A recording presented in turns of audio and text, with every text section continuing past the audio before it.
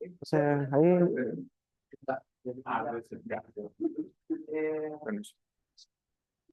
creo que está acá.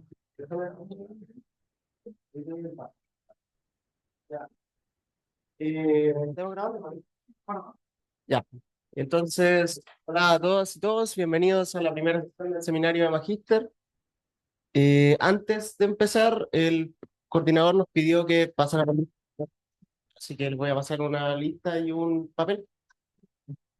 Así que para que anoten, no se lo tomen tan en serio, pero la idea es que vengan lo más que puedan y disfruten y aprovechen el seminario de Magíster, ¿ok? Esa es la idea, no es como, oye, si te vamos a bajar un porcentaje de la nota, no, es que vengan acá y participen, ¿ya? Entonces, como ya les había comentado, los organizadores de este semestre van a ser Rodrigo Altamirano y Ricardo Siegler, así que con eso le doy el pase a Ricardo para que esté. ¿Ya? Yo, antes de comenzar, quería partir la presentación y la primera sesión del seminario de Magíster, agradeciendo a los dos organizadores anteriores del año pasado, a Matías Vera y Sebastián, durante todo el año haciendo el seminario de Magíster.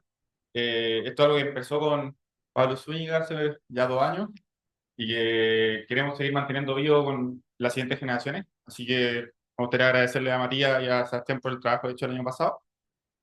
Y eso, bueno, como decía el Mati, va a ser como asistencia obligatoria, entre comillas.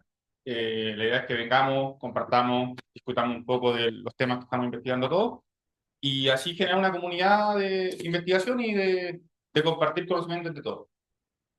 Bueno, diciendo eso, le damos el pase ahora a Milan con su presentación, que es localizando entropía en sistemas dinámicos simbólicos. Muchas gracias, Ricardo.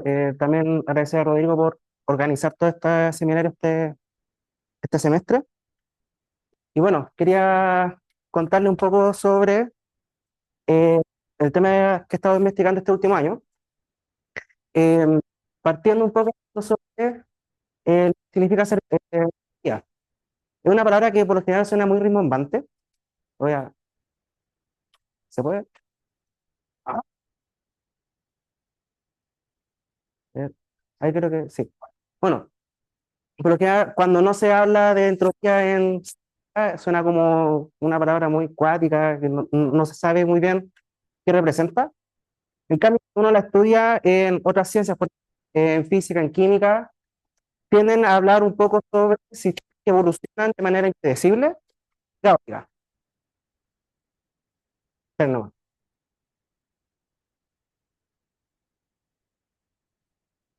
Por lo general, uno cuando habla de entropía, el contexto más conocido es la segunda ley de la termodinámica, que dice que los sistemas que evolucionan, cuando los dejo aislados, en caos, la entropía aumenta. Entonces, por lo general, la entropía tiende a ser un grado, una métrica sobre qué tan desordenado es un sistema que evoluciona en el tiempo. Y hablar un poco también, me gustaría hablar esta ocasión sobre los sistemas dinámicos simbólicos. Cuando uno parte hablando de sistemas simbólicos, históricamente surgen como modelos discretos de sistemas dinámicos. Pero cuando uno lo estudia más a fondo y eh, logra ver el valor intrínseco que tienen estos sistemas, surgen muchos teoremas, propiedades que son muy ricos y que han sido útiles en otras áreas como por ejemplo la física, en particular la física estadística y la teoría de información. Entonces, lo que voy a hablar en esta presentación en particular va a ser qué son los sistemas dinámicos simbólicos, en particular, dar un poco de la notación y propiedades básicas, después hablar de entropía, y ya me refiero con la entropía local, porque me interesa localizar entropía, y un poquito al final sobre qué es lo que estoy haciendo en mi tesis, cuál es el objetivo. Entonces, partiendo un poco con los elementos básicos de dinámica simbólica, primero voy a necesitar un conjunto de símbolos. ¿Ya? El conjunto de símbolos por lo generalmente va a ser algún conjunto fijo. Piensen de 0 hasta k-1, tengo k símbolos. Lo vamos a llamar alfabeto, y también las palabras, podemos verlas como tuplas, n tuplas, pero por lo general uno las escribe así, como concadenación de símbolos. Entonces, por ejemplo, pueden pensar en 1, pensar en secuencias que son 1, 1, 0, 1 del estilo. También a estrella, por lo general, se le llama el diccionario, o uno de los nombres que se le da a el conjunto de todas las palabras posibles que puedo crear con los símbolos. Y el shift es una de las primeras herramientas que uno introduce al momento de darle dinámica a los símbolos. Primero, para un sistema dinámico en teoría ergódica, uno requiere un sistema, una estructura subyacente y una dinámica que converse bien con esa estructura. En particular, voy a pensar en G, los naturales o los enteros. Voy a definir infinitas, si es que te considero los naturales, o infinitas, si es que considero los enteros, con símbolos en alfabeto A. El shift va a ser el que dé dinámica a esta estructura. ¿Y qué es lo que hace esta función? Si yo quiero ver qué pasa con la coordenada I, bueno, toma el elemento que estaba a la coordenada de la izquierda, o de la derecha. Entonces, lo que estoy haciendo esencialmente, si yo pienso en una lista infinita, estoy tomando todos los símbolos y corriéndolos un lado hacia la izquierda. O correr los índices a la derecha, también es el equivalente. Cuando G es solo sobreyectivo, no hay un problema con la primera coordenada. No logro, hay ambigüedad con respecto a qué es lo que shiftear al comienzo. Cuando es entero, es biyectivo, uno tiende a darle una estructura un poco más rica a estos sistemas, que es la topología. La topología secreta de alfabeto, A a la G sería una topología producto. Entonces, uno considerando esta topología producto, uno puede demostrar que el shift es continuo. ¿Ya? Bueno, también es importante decir que no coloqué en esta presentación, es que también uno, de hecho, este espacio, A a la G, tanto los naturales como los enteros, es metricable y es compacto con esa métrica. Entonces, es interesante, con propiedades bonitas. De ahora en adelante voy a asumir G igual a lo entero solamente por simpleza y definir los Z subshift. Los Z subshift son los sistemas que uno habla por lo general en la común como los sistemas. Voy a tomar primero un subconjunto de A a la Z, que sea primero asociado con la topología producto, y que se toma una secuencia en X, cuando corro todos los símbolos un lado hacia la derecha, sigo estando en el conjunto.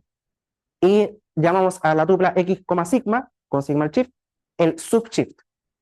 Con alfabeto A, cuando es igual a todas las posibles secuencias infinitas, le llamamos full shift.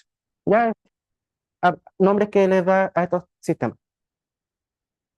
Súper útil a la hora de sistemas simbólicos es definir el lenguaje del sistema. El lenguaje de largo n van a ser todas las palabras que son legales en X, y ¿a qué me refiero con legales? Que aparecen en alguna secuencia infinita.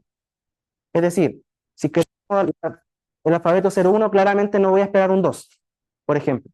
Pero también hay otros sistemas que prohíben palabras o que uno espera no ver palabras, entonces el lenguaje no es cualquier cosa. También el hecho de que uno puede buscar acá coloqué el punto tal que aparece secuencias 1, como es shift invariante, puedo buscarlo en cualquier parte, shiftear y llevar a la coordenada 1. Así que esto es simplemente no me interesa dónde está la palabra, sino en alguna parte de la secuencia. Gracias a esto uno puede definir los bloques con los que uno trabaja por lo general en los subshifts, los cilindros. Como estoy trabajando con una topología producto, me interesa ver qué pasa con una cantidad finita de coordenadas. Vamos a escribir cilindro de W, una palabra de largo en la coordenada K, con K algún entero, denotándolo con este corchetito, como todas las secuencias que tienen a W en la coordenada K. Si tomo una secuencia general, de manera ininterrumpida. Eso es un cilindro. La gracia de los cilindros es que no solamente es una base para la topología, sino que con esto puedo definir medibilidad en los sistemas. Si es que tomo la sigma álgebra booleana, la generada por la topología, creo que esta sigma álgebra es generada por la semiálgebra de los cilindros. ¿Ya? Entonces, más aún, uno puede definir medidas de probabilidad en los sistemas.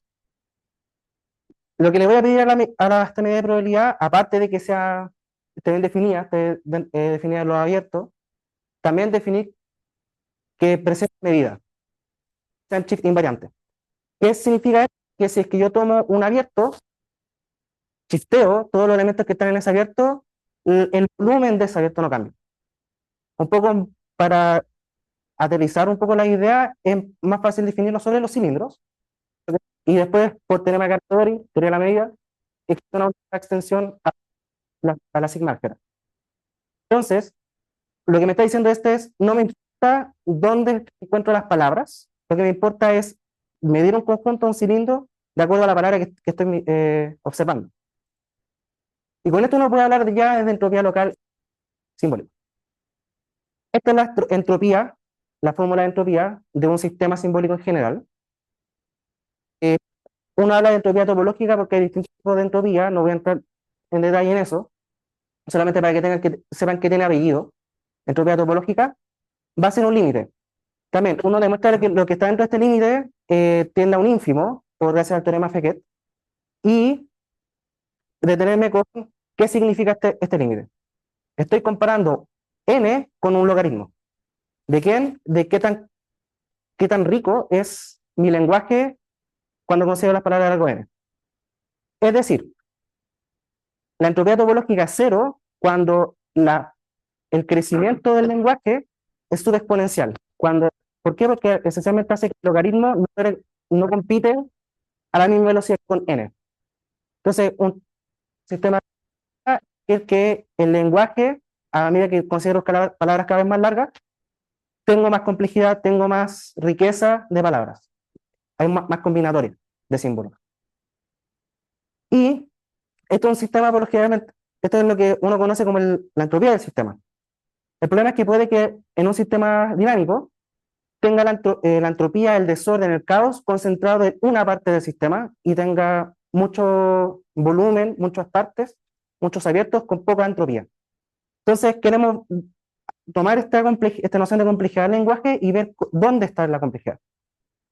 Entonces para eso va a necesitar abiertos, en particular recubrimientos abiertos. Tomemos un recubrimiento abierto de X y vamos a definir un poco de notación, esto va a ser un poco complicado. Este generalmente se llama refinamiento dinámico. ¿Qué es lo que estoy tomando? Considera una cero dentro de mi refinamiento, perdón, de mi recubrimiento. Los puntos que para esto,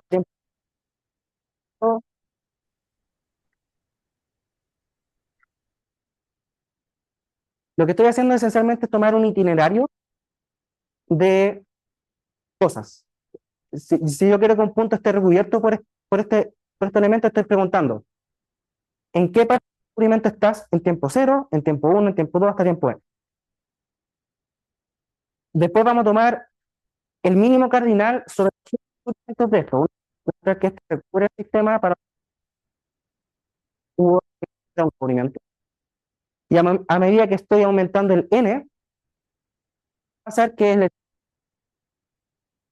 preguntarle dónde está en tiempos cada vez más largos, un itinerario cada vez más largo. Así que, por lo general, la cantidad de conjuntos que aparecen acá empieza a crecer, pero voy a tomar el mínimo. ¿Cuál va a ser la mínima cantidad de itinerarios que necesito para explicar todo el sistema?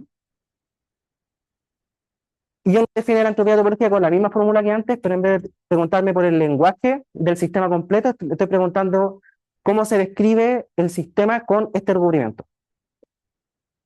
El caso interesante, y quiero que logremos como vislumbrar, es cuando tomo el recubrimiento con complementos de cilindros. Primero, ¿por qué cilindros? Porque es base de la topología o genera la semiálgebra. Entonces, es natural primero preguntarse por los cilindros. ¿Y por qué por los complementos? Primero, si es que yo tomo una secuencia y yo digo, no, este recubrimiento tiene solamente cilindros, no complementos de cilindros, necesito asegurarme de que tenga todas las palabras para que todas las secuencias del sistema partan con esas palabras. Cuando me pregunto por complementos de cilindro, no necesito colocarle ninguna restricción al recubrimiento. Por ejemplo, tomemos W1, una palabra, una secuencia de símbolos que voy a llamar rojo. W2 va a ser una secuencia que voy a llamar. El recubrimiento en este caso va a ser las palabras, las secuencias que no parten con W1 o que no parten con W2. Entonces, secuencia y veo, esta secuencia parte con la palabra azul. Entonces, esta secuencia en particular, si es que W1 y W2 son distintos, no voy a- si esto parte en azul en particular no es roja. Entonces estoy en W1 complemento. Ahora shifteo. Pregunto dónde vas a parar a tiempo siguiente según la dinámica dada por el shift.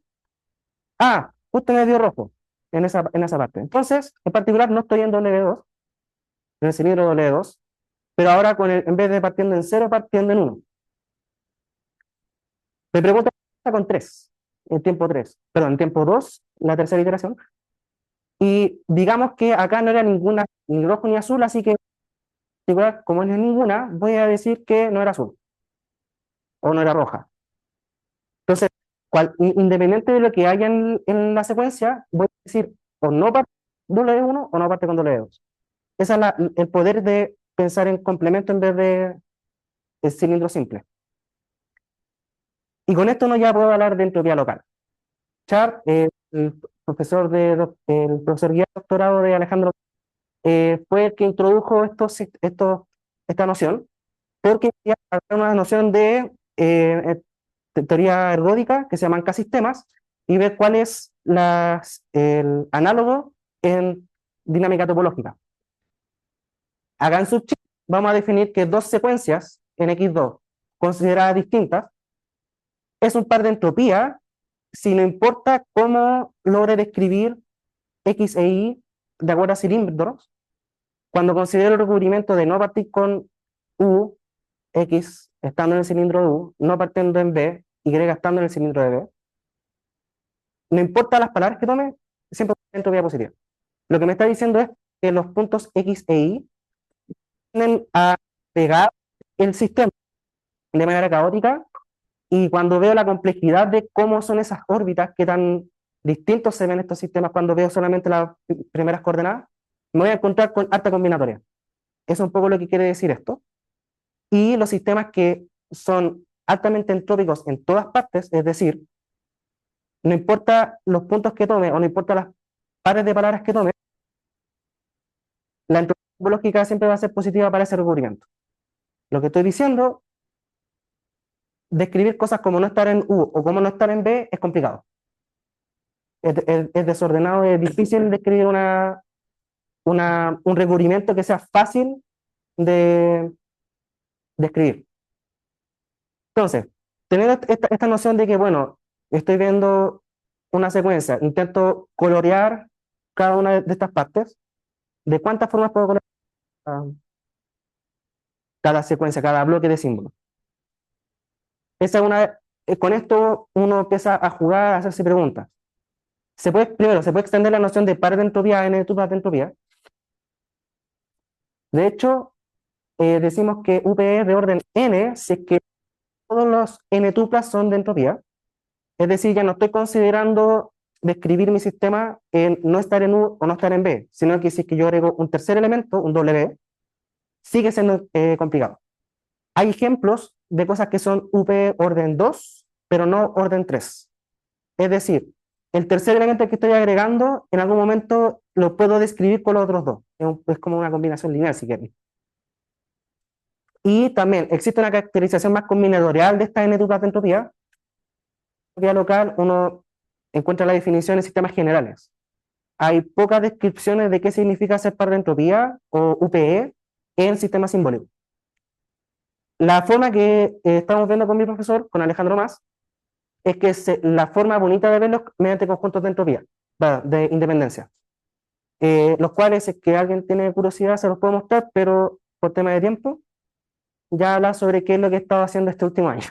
Primero, intentar entender todo esto, intentar manejarse con la notación común que para describir sistemas simbólicos.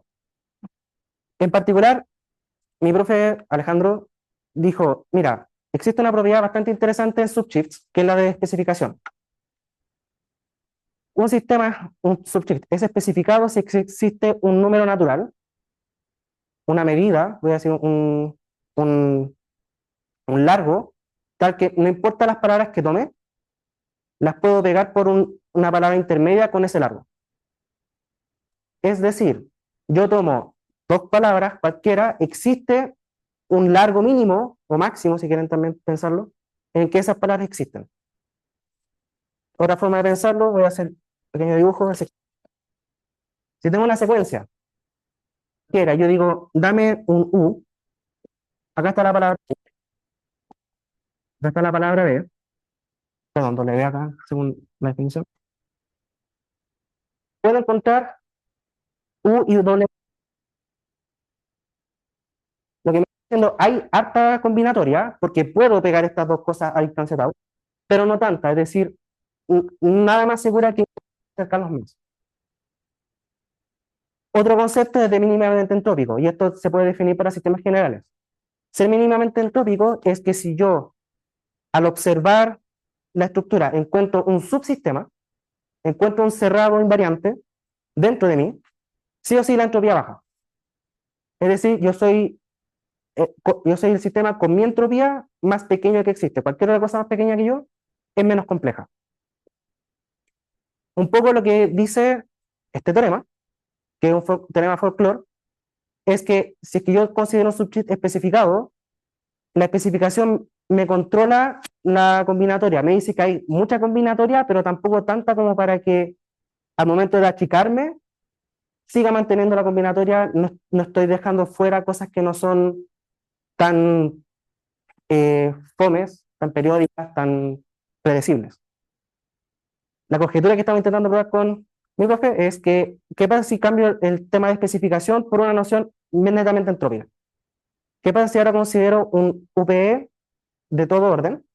Quiero ver que el hecho de que sea entrópicamente local en todas partes, que cuando yo considero un sistema estoy sacando una parte del sistema que tenía entropía. Se ha vuelto un poco difícil ahora con el tema de pares de independencia o tuplas de independencia. Uno puede traducir ser UPE combinatorial. Nada es lo que le quería comentar el día de hoy. Muchas gracias por escuchar.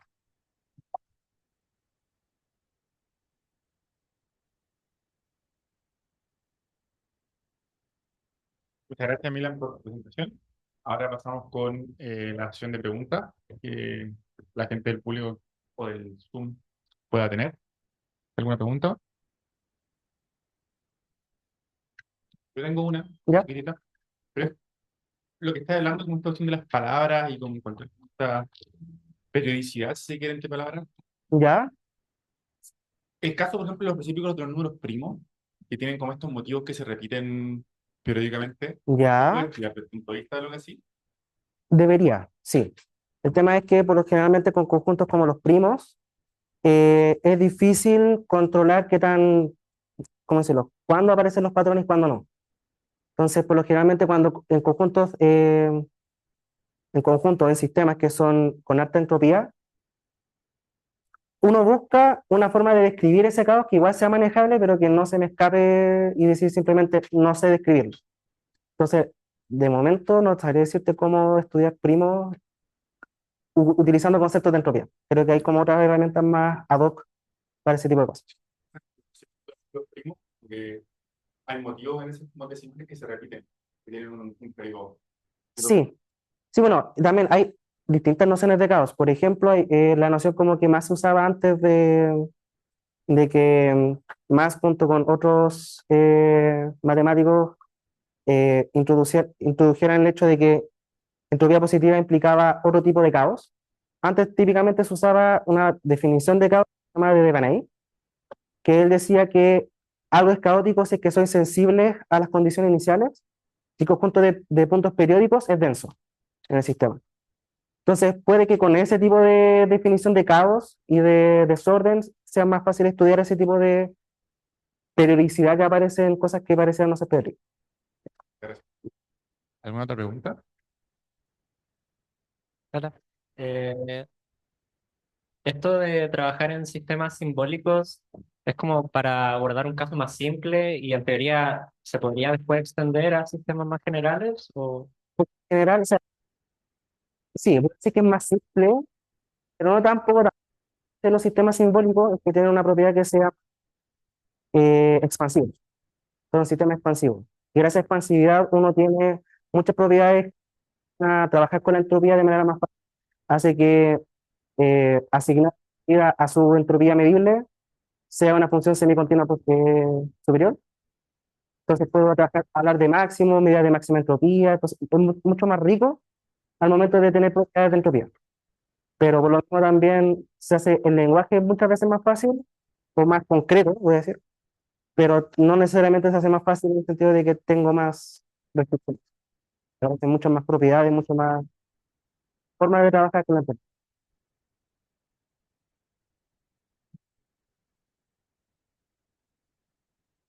Buenas, Mila, muchas gracias por la presentación. Muy buena. Eh, Mi pregunta era si había algún ejemplo de un sistema UPE de orden n para todo n, o algún Sí, cual. es extremadamente, Ah, eh, es que se ve muy rígida como sí, la condición. por lo general, forma típica o sea, una forma de generar su chip con una palabra finita, ir pegando cosas de manera iterativa, y la forma que Wang y Ye hicieron en el 2005, un UP2, un UP orden 3, es tomar una palabra finita, rellenar con varios ceros, pero después colocar una combinatoria complicada. Rellenar con varios ceros, combinatoria complicada. Y cada vez voy tomando eh, ventanas con ceros más grandes y combinatoria cada vez más complicada. Entonces, con eso, ¿cómo controlo las ventanas de ceros? Me dice que es UP de orden n más 1, pero con la combinatoria que tengo acá sí es UP de orden n. Es un poco la idea detrás de estas construcciones de n más 1. Gracias. Eso.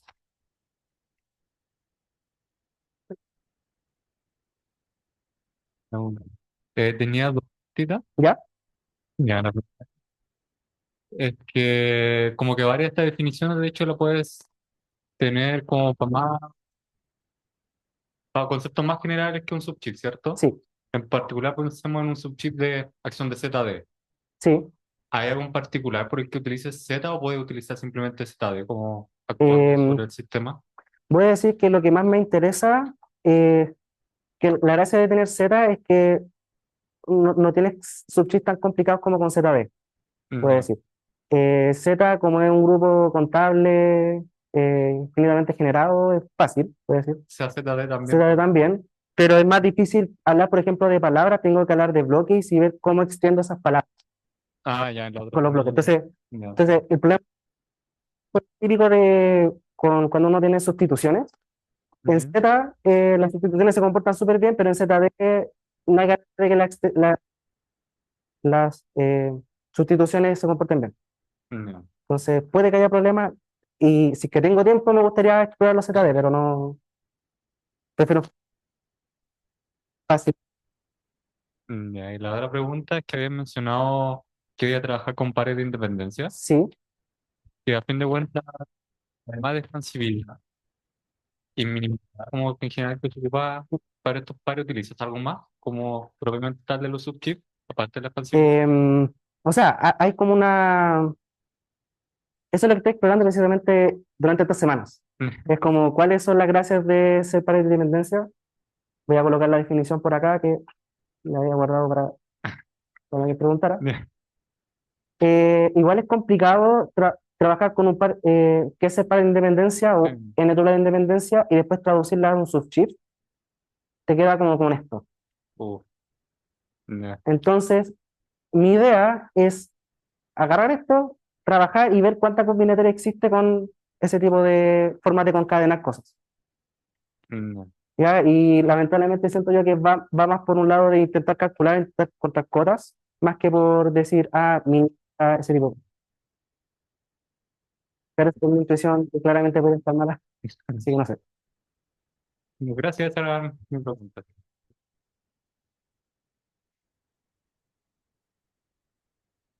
Le agradecemos a Milan por su presentación. Muchas gracias a todos.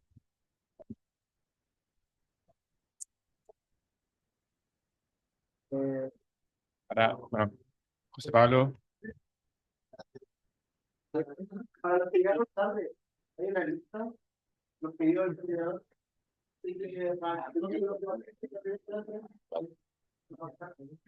Llegó, ¿no?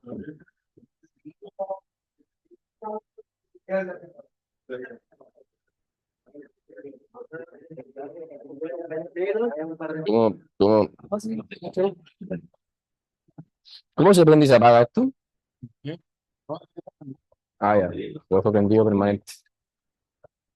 ¿Y con cuál voy pasando la cosita? Ah, con este control, ¿no? ¿Con cuál voy pasando? Ah, con ese. Pues ya. Ah,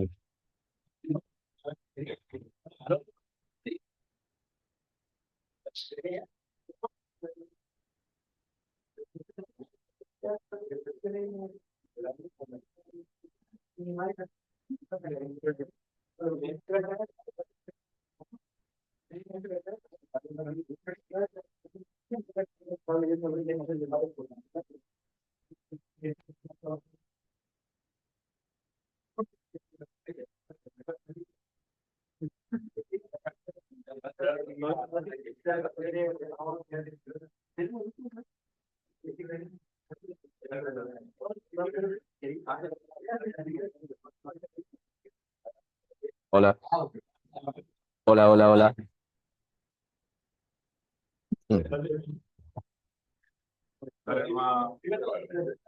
Ya. Buenas tardes. Mi nombre es José Pablo y les voy a presentar lo que he estado haciendo como trabajo de tesis bajo la supervisión de los profesores Rafael Correa y Pedro Pérez. El nombre de la charla es sobre el teorema de Touch.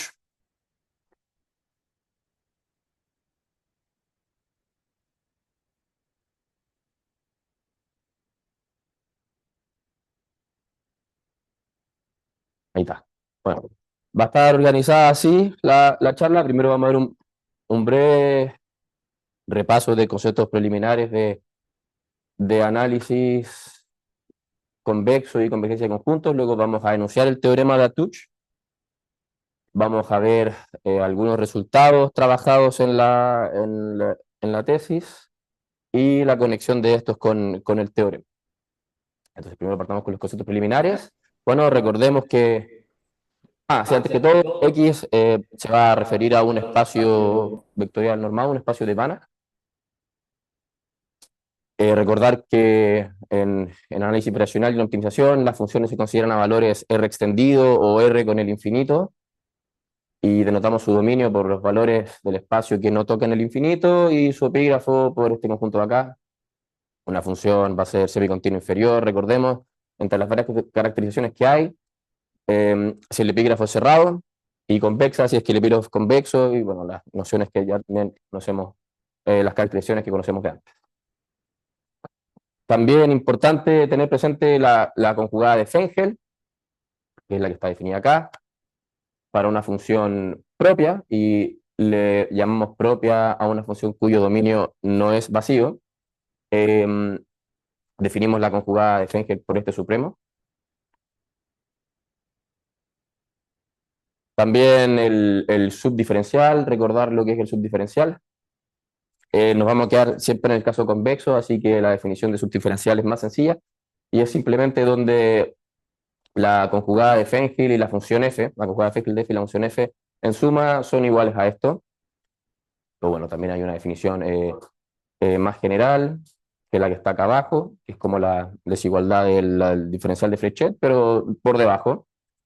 Y recordar también que en análisis convexo y en optimización, dado que uno pierde en general la diferenciabilidad, uno extiende o generaliza este concepto de forma de conservar sus propiedades más buenas, en el sentido de la optimización.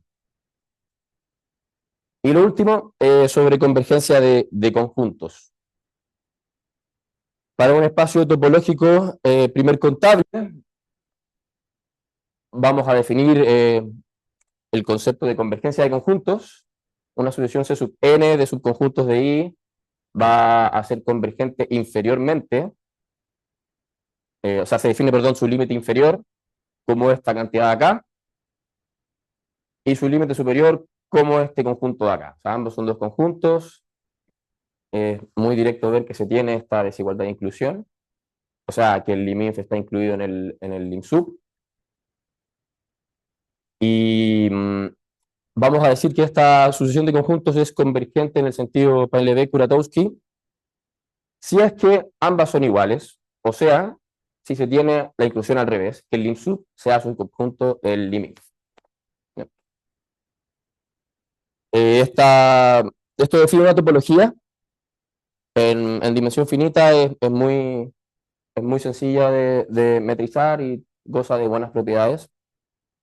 También podemos extender lo que significa que una secuencia de multifunciones, o sea, funciones que pueden tomar varios valores en un punto, y por ende la imagen ahora serían conjuntos, se puede definir lo que sería la convergencia gráfica, que es simplemente que los grafos de la secuencia de multifunciones converjan en el sentido Painlevé-Kuratowski al grafo de la función límite. Eso. En el caso práctico, que es el que nos importa porque nos vamos a quedar en espacios de Banach, el límite inferior y el límite superior se pueden caracterizar así, lo que es más fácil de entender el objeto con esta caracterización. Ya, y con eso dicho, vamos a definir lo que es la convergencia epigráfica. Bueno, en la teoría de la optimización hay una necesidad de definir un concepto de convergencia correcto, entre comillas, o natural. ¿Y a qué se refiere con correcto? Nos gustaría tener un concepto de convergencia tal que si tenemos una secuencia de funciones y sobre este eventual, o sea, bajo este eventual concepto de convergencia decimos que, esto sería como el eventual concepto de convergencia, converge una función f, nos gustaría tener de manera garantizada que los mínimos o los ínfimos de la fn, acuérdense que estamos en funciones valores en R, converja al mínimo de la f, pero en un sentido lo más posible, ¿ya? Lo más minimal posible. Por ejemplo, la convergencia puntual no cumple esto. La convergencia uniforme es muy restrictiva y lo cumple, pero pide que las funciones sean acotadas y la verdad es que lo cumple de sobre y con muchas restricciones. Entonces, la manera natural en teoría de la optimización y análisis convexo es la epiconvergencia, ¿ya? Que garantiza esto de manera minimal. Y no solo eso, sino que siempre que perturbemos un problema por una función continua g, ocurre lo mismo, ¿ya? O sea, no solo queremos esto, sino que también queremos que ocurra para perturbaciones continuas, ¿ya? Entonces, con eso dicho, se define los límites epigráficos así. Este sería el límite epigráfico inferior y este sería el límite epigráfico superior. Vamos a decir que la secuencia de funciones fn converge epigráficamente si es que estas dos cantidades o estos dos cantidades son iguales, ¿ya? Y en tal caso denotamos simplemente el límite epigráfico por esto, donde el tau es para dejar en claro que es bajo la topología que estamos considerando. Hay una conexión entre esto y la convergencia de conjuntos, y es que si es que una sucesión de funciones tiene el límite inferior este de acá, entonces los epígrafos de la secuencia de funciones tienen límite superior bajo la noción de Painlevé-Kuratowski al epígrafo de. Y respectivamente, para el límite superior, tenemos que los epígrafos de la sucesión Fn convergen en el sentido de Painlevé-Kuratowski en el límite inferior al epígrafo de. ¿Ya?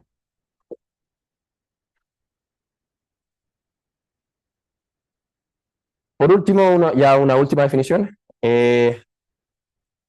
Dado un espacio I vectorial normado, decimos que la sucesión converge en el sentido MOSCO Es un concepto de convergencia dado por un matemático italiano, Umberto Mosco. Bueno, converge en sentido Mosco si se cumple esto. Si se dan cuenta, si aquí estuviéramos considerando la topología fuerte, por cierto, W es para topología débil, S para topología fuerte, S de strong, W de weak. Si estuviéramos considerando aquí la topología fuerte también,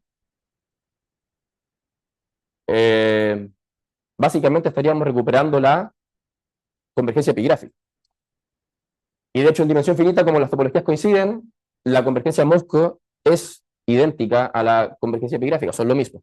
Pero en dimensión infinita, la convergencia Mosco es una generalización de la convergencia epigráfica y la implica. La convergencia Mosco-epigráfica no son implicadas ni por la convergencia puntual, ni la implican, no hay relación entre ellas, algún tipo de convergencia nuevo. Este tipo de convergencia se definió para poder tener una topología sobre conjuntos convexos cerrados que involucrara topología fuerte y topología débil. Además, porque goza de muy buenas propiedades. Bueno, con eso dicho, vayamos al teorema de Atouch. Es un teorema clásico de los años 70 del análisis variacional que nos dice lo siguiente: caracteriza la convergencia Mosco de una sucesión de funciones. Si X es un espacio de Banach reflexivo y tenemos una sucesión de funciones convexas, semicontinuas inferiores y propias, entonces las siguientes son equivalentes. La sucesión converge en Mosco a F es equivalente a decir que la secuencia de subdiferenciales converge gráficamente, acuérdense en el sentido de Painlevé-Kuratowski, o sea que los grafos de los subdiferenciales convergen converge al grafo del subdiferencial de función límite. Y si además se tiene esta condición de acá abajo, que se le denomina condición de normalización, esa condición de normalización lo único que hace es fijar la constante de integración, porque en análisis convexo se tiene las buenas propiedades que goza el subdiferencial es que si tenemos dos funciones cuyo subdiferencial es el mismo, entonces difieren en constante, igual como tenemos derivadas. Entonces, esta condición de acá es solo para que esta constante quede fijada. De hecho, sin esta condición hay muchos contraejemplos. Pueden tomar Fn igual n y el F igual 0. Y se tiene la convergencia epigráfica sin la condición de normalización, obviamente, pero no se tiene la convergencia Mosco. Una se va a infinito y la otra es constante igual a 0. Bueno, este teorema tiene muchas aplicaciones en áreas de la física, para estabilidad de resultados numéricos en optimización, en mecánica no regular y en muchas áreas del análisis también. Y ahora voy a comenzar con algunos resultados que han sido trabajados en la tesis. Bueno, este es un primer resultado debido a Touch también. Acá si tenemos un espacio de Banach reflexivo y una solución de funciones convexas semicontinuas inferiormente y uniformemente propias, es decir, esto que está acá, simplemente son acotadas, o sea, son propias cada una, pero además hay un control sobre eso, es decir, hay una sucesión acotada, tal que esta sucesión es acotada. Si se cumple todo eso, entonces se tiene la siguiente igualdad, ¿ya? Y este resultado es lo que en gran parte motiva todo el trabajo de tesis. Si se fijan acá, las topologías se cambian, hay como una especie de dualidad por conjugación.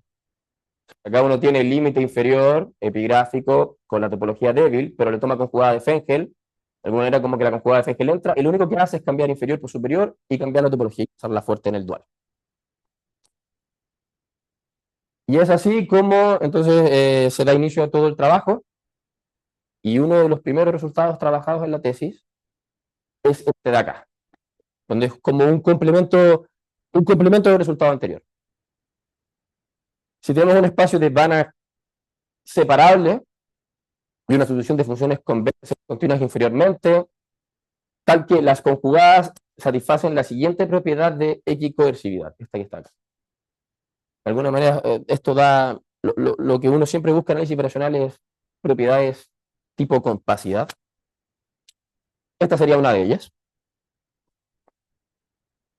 Bueno, si se cumple todo esto, y además asumimos que el dominio del límite superior epigráfico de la Fn es no vacío, entonces se tiene.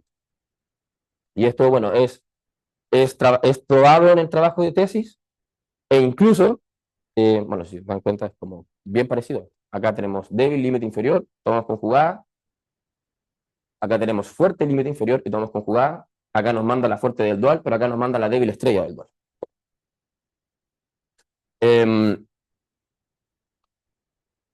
Este fue el primer resultado trabajado, e incluso se probó que es cierto, incluso si no es separable.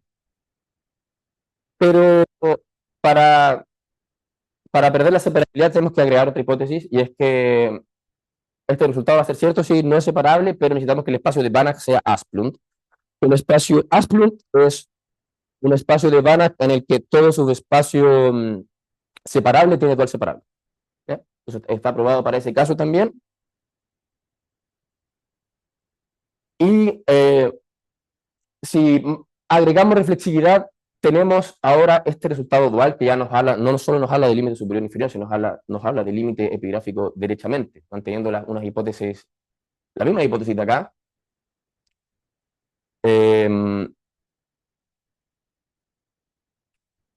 Pero cambiando, o sea, que ahora las FN tienen que cumplir esto, necesitamos que las cumplan las conjugadas, y en vez de que las conjugadas sean equicoercivas, necesitamos que las FN sean equicoercivas.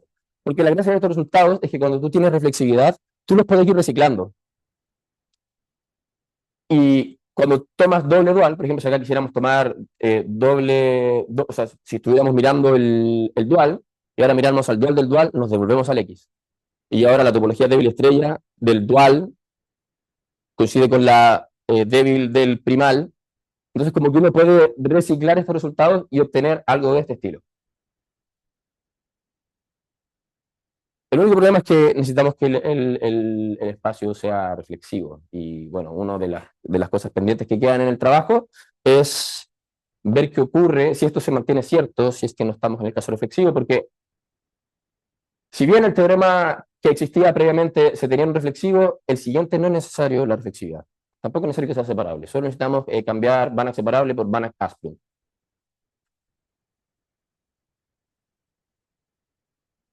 Entonces, de alguna manera, esto está relacionado con la convergencia Moscow, porque ahora para ver que los límites, podemos ver una igualdad con topologías débiles simplemente pasándonos a conjugada y viendo la convergencia, pero en el sentido fuerte, de otro espacio, en este caso del dual.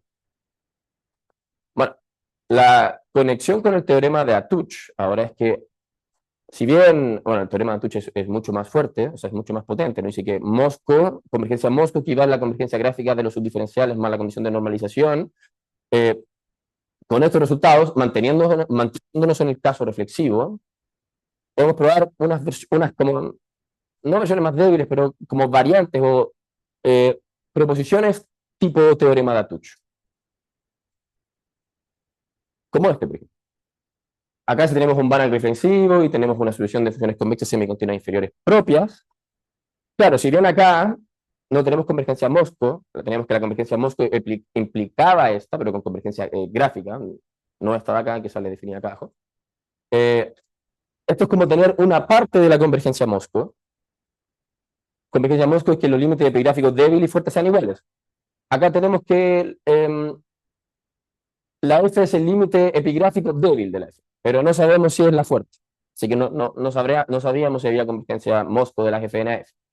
Pero si tiene como esta parte de la convergencia Moscow, entonces igual tenemos una versión de lo que sale en el teorema de Atouch, de esta equivalencia, pero solo una implicancia, que sería hasta acá. Donde ahora debemos cambiar la convergencia gráfica de los grafos de los subdiferenciales por algo que es, bueno, casi lo mismo que la convergencia gráfica, solo que la única diferencia es que ahora tomas topología débil en el primal y fuerte en el dual. La convergencia gráfica normal que vimos es esta misma acá, pero fuerte en ambas. ¿Sí? Fuerte en ambas.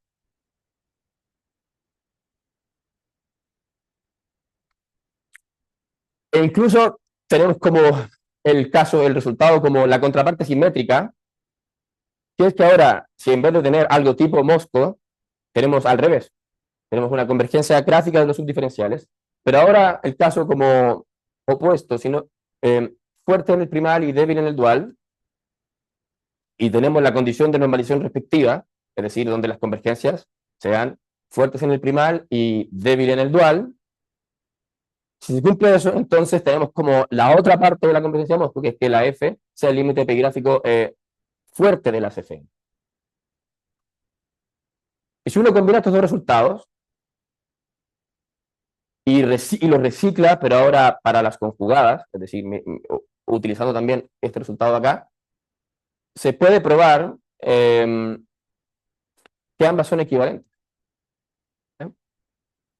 Que ambas son equivalentes. O sea, como que de alguna manera usamos este para probar que estas son equivalentes. ¿Y cómo se haría eso? Bueno, simplemente utilizar este resultado, reciclarlo, pero ahora mirando las conjugadas. Como miramos las conjugadas, ahora pasa débil acá y fuerte acá.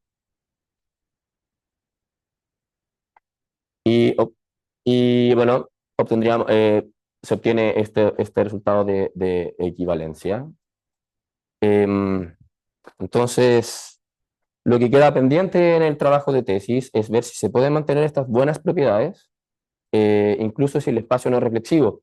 Y yo creo que la consecuencia más potente que tendrían estos resultados es que para tener el teorema de Latouche, volviendo al teorema de Latouche, en donde la convergencia tenía que ser gráfica y tenía que tener esta condición de normalización para explicar la convergencia Mosco, si es que tuviéramos la convergencia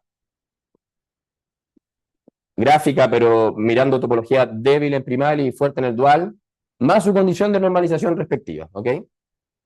Que es la misma, pero usando convergencia débil en el primal y manteniéndola fuerte en el dual. Y tuviéramos la cosa al revés también, o sea, convergencia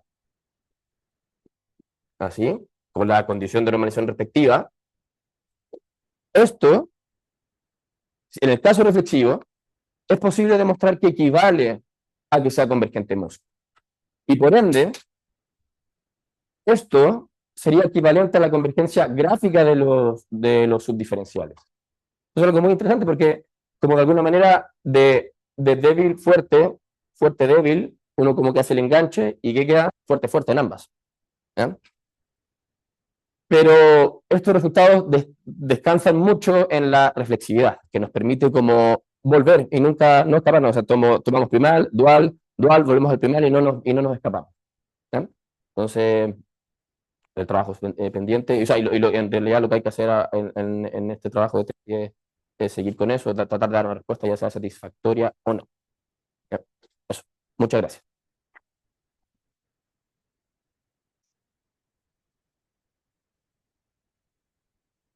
Y acá les dejo la referencia. Muchas gracias, José Pablo, por la presentación.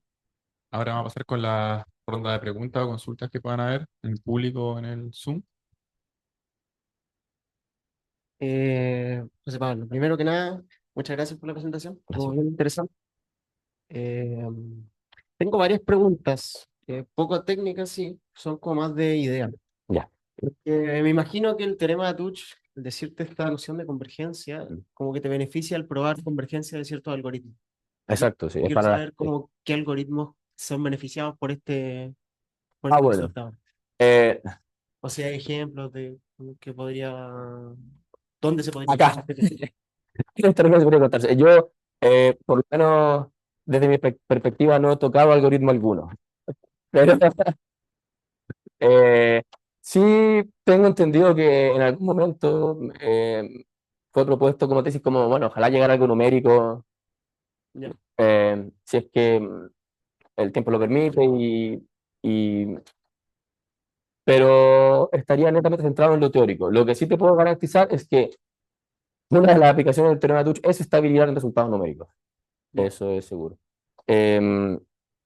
Uno puede ver la convergencia y, bueno, yo supongo, sin saber mucho en realidad de lo numérico, es que debe ser más sencillo de computar los subdiferenciales de las funciones. Entonces, como para ver esa convergencia, uno simplemente se pasa a los subdiferenciales.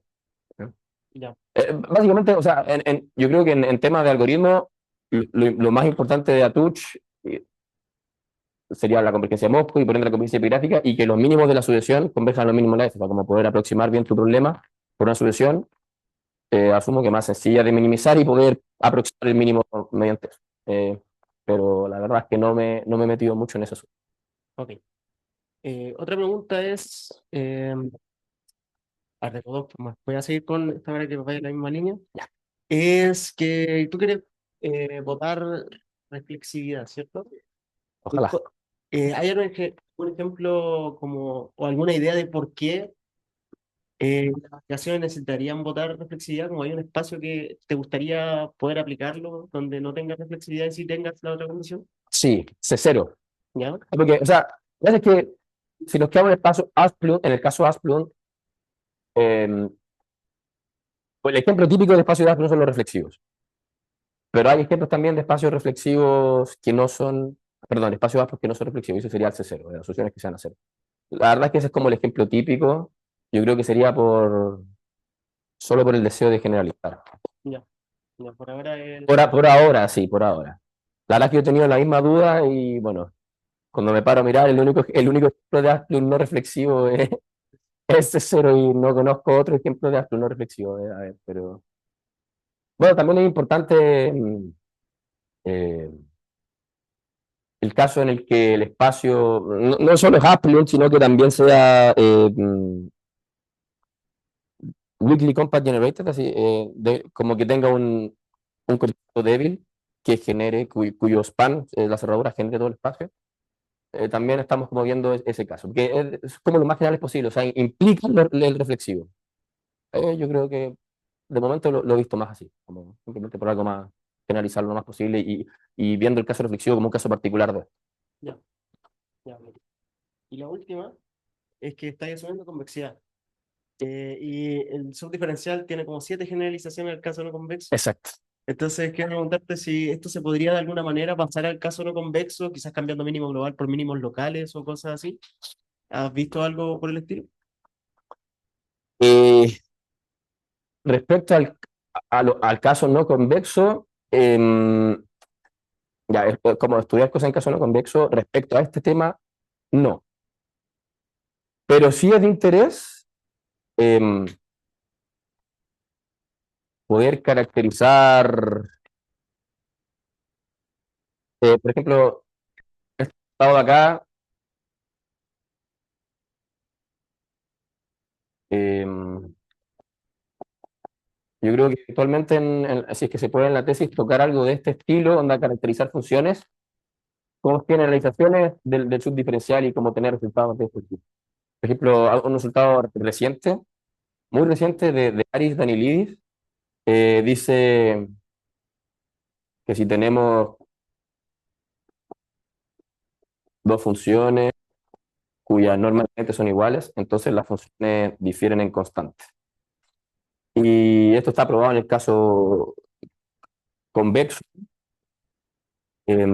Sería otra línea así, no sería como del tipo Atuch, pero sí sería, es que el teorema Atuch igual está bien relacionado con la caracterización de las funciones convexamente la subdiferencialidad. Entonces, como si quisiéramos, como en este caso no convexo, sería como tener cosas de este estilo, como generalizaciones del subdiferencial y por ende del diferencial y del gradiente que nos permitan seguir haciendo estas cosas.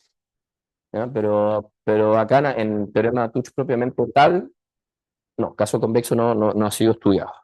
Y tampoco he visto referencias del teorema de Tuch en el caso no convexo. Sí, sí he visto cosas como extensiones del teorema de Tuch, ha sido muy extendido a espacios de vanas generales, pero como dando una generalización de la convergencia de Moscú. O sea, como que siempre se busca ir generalizando las convergencias, sería como eso. Pero caso convexo en Tuch, no. Eso es mi pregunta, gracias. Gracias. Bueno, si no hay más preguntas y no hay preguntas en el chat tampoco, agradecemos a José Pablo por la presentación Gracias a ustedes. nuevamente.